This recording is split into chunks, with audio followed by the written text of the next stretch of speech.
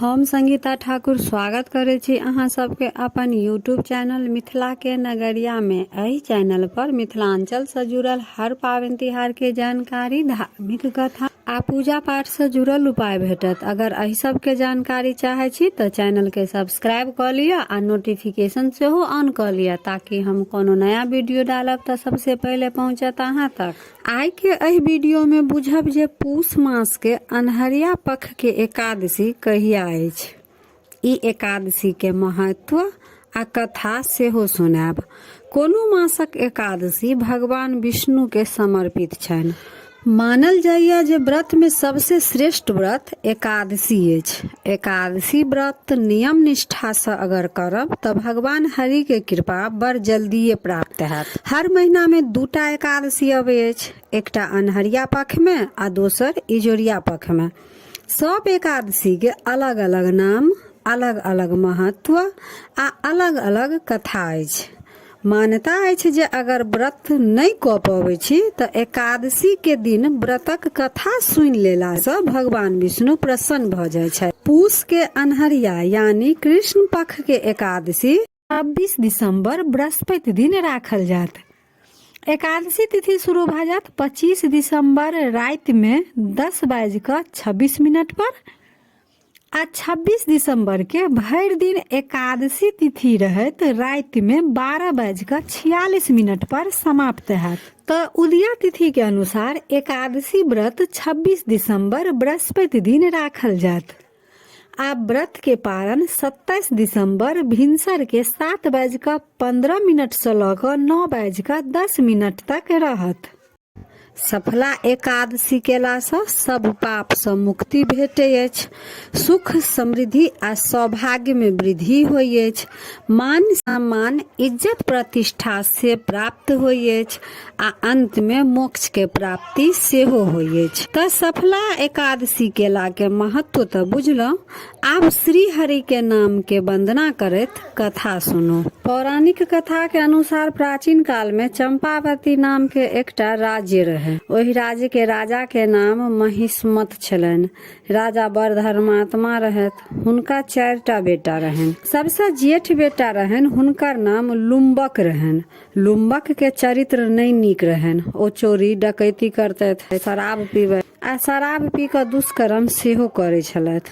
ई सब देख कर राजा महिष्मत के बड़ कष्ट होइ छलनि। बेटा के सत्यराह पर चले के लेल बहुत बेर कहलखिन। लुम्बक नहीं तो माता पिता के सम्मान करथिन आ नहीं हुनका देवता से डर होइन। एक दिन लुम्बक अपने राजमहल में चोरी करैत पकड़ा गेलथि। तऽ राजमहल के सैनिक सब पकड़ कर राजा लंग अनलकनि। तऽ राजा लुम्बक के राज्य से बाहर निकाल देलखिन आ कहलखिन एहि राज्य में अहाँ फेर कहियो नहीं आब। राजा के सैनिक लुम्बक के खूब घना जंगल में छोड़ गेलन। तऽ जंगल में एकटा विशाल पीपल के वृक्ष रहे।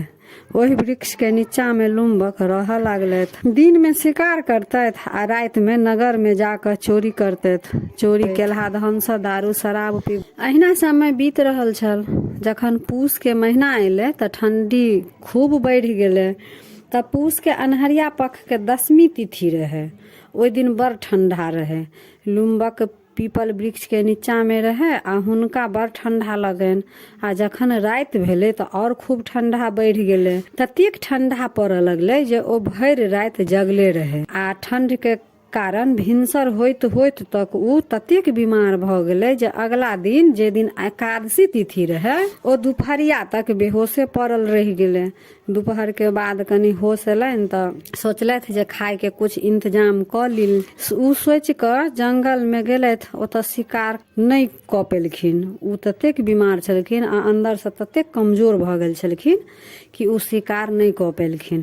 फेर घूम कऽ अपन एलखिन वएह पीपल वृक्ष के नीचा में आबि कऽ बैस गेलखिन। ओतऽ अगल बगल में जे फल के गाछ सब रहे वएह में से कुछ फल तोड़ कऽ आनलखिन। ताबे साँझ पड़ गेल छले, सूर्यास्त भ गेल छले। तऽ लुम्बक उ फल सब के ल जाकर पीपल के वृक्ष के जड़ में राख कर विष्णु भगवान के ध्यान करे लगलखिन आ मोने मोने भगवान से वंदना करे लगलखिन जे प्रभु आब बड़ कष्ट होइया, कतऽ राजमहल में अतेक सुख से रहै छलहुँ आ एहि जगह एकटा भोजनो नहि ठीक से मिलैया। आइ ठंड में पड़ल छी, बहुत कष्ट होइ अछि। आ जतेक उ जे दुष्कर्म केने रहथि राजमहल में रहि कऽ तकर पश्चाताप करै छलथि आ सोचै छलथि जे बहुत गलती केलहुँ, ताहिसँ हमर ई कष्ट भोगऽ पड़ैया हमरा। आ ओहो दिन बहुत ठंडी रहे, भरि राति फेर जगले रहि गेलथि। एना कऽ कऽ अनजाने में ही लेकिन एकादशी के व्रत भऽ गेलनि। भगवान विष्णु प्रसन्न भऽ गेलथि आ व्रत के प्रभाव से लुम्बक द्वारा कैल पाप सब नष्ट भऽ गेल। जखन भिनसर भेलै तऽ एकटा सुंदर आ तेजस्वी घोड़ा लुम्बक लग आबि कऽ रुकलथि। तखने आकाशवाणी भेलै जे लुम्बक, हम अहाँके एकादशी व्रतसँ बहुत प्रसन्न छी, ताहिसँ हम अहाँ लेल एकटा घोड़ा भेजलहुँ। एहि घोड़ा पर बैठ कऽ अहाँ अपन राज्य के चलि जाउ। लुम्बक अपन राज्य लौट एलथि आ सबटा कथा अपन पिता श्री महिष्मत के कहलखिन।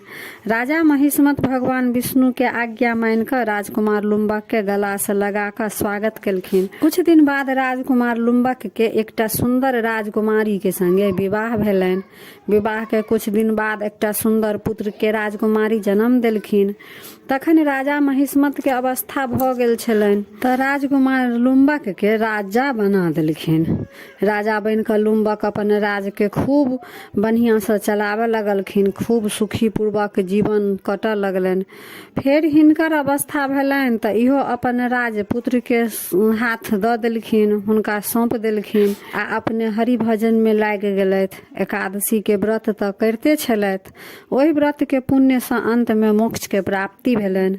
तऽ यह रहा एकादशी व्रत के कथा। एकादशी व्रत केला से मनुष्य के सब पाप नष्ट भऽ जाइ छै। मनुष्य सुखी जीवन व्यतीत कऽ कऽ अंत में मोक्ष के प्राप्ति सेहो करै छथि। तऽ वीडियो केहन लागल कमेंट जरूर करब आ नीक लागल तऽ लाइक शेयर सब्सक्राइब कऽ कऽ मैथिली भाषा के सपोर्ट जरूर करब। जय मिथिला, जय मैथिली।